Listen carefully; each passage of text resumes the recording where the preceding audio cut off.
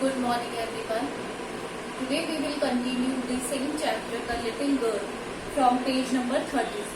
We have done till page number 36 and the story so far is that Kezia was a little girl who is afraid of his father, जो अपने father से क्या थी, बहुत ही ज्यादा डरती थी.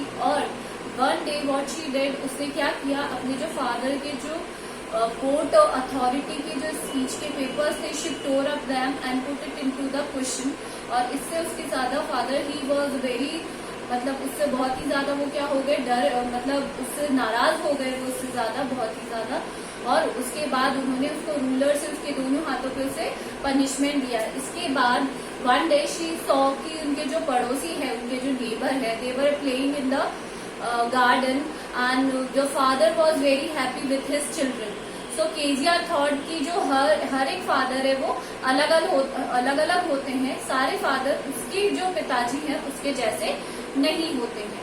वन डे उसकी जो मदर थी वो हॉस्पिटल में एडमिट हो गई and Kezia was at home along with his cook Alice. This is the story so far we have read till here.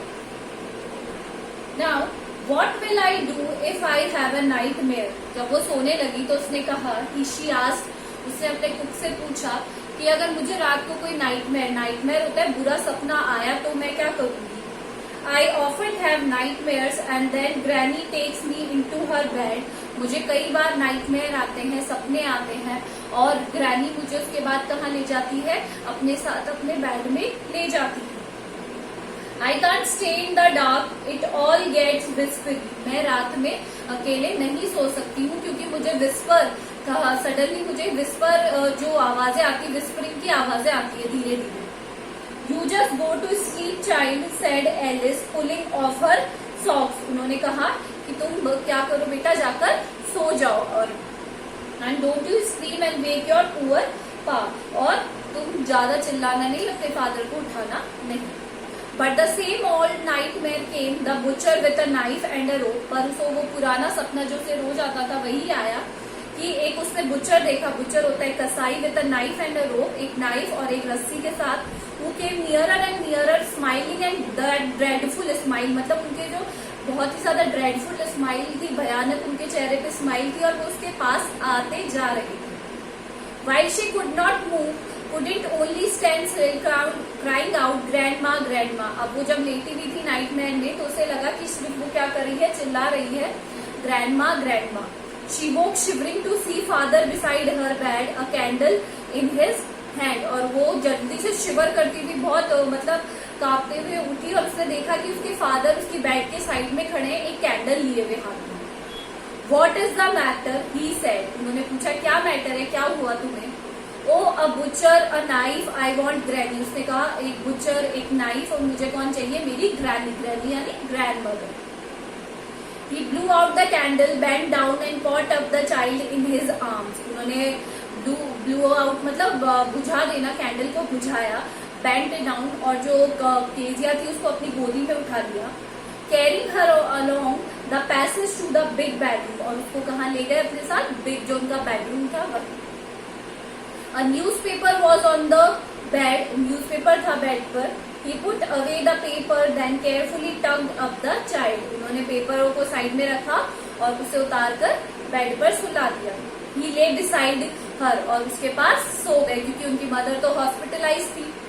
Half asleep, still with butcher's smile all about her it seemed, she crept close to him. बस जैसे उसने सोने की कोशिश करी, वापस उसके dream में वो बुचर आने लगा और वो उसकी तरफ स्माइल कर रहा था. He was smiling at her.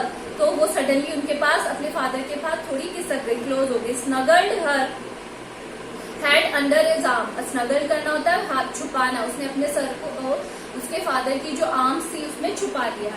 Held tightly to his shirt. और उसकी जो शर्ट थी उसे टाइटली पकड़ लिया. Then the dark did not matter, she lay still. But उसके बाद उसे रात कितनी भी हो उसे फर्क नहीं पड़ा, वो वैसे की वैसे ही स्टिल वहां लेटी हुई.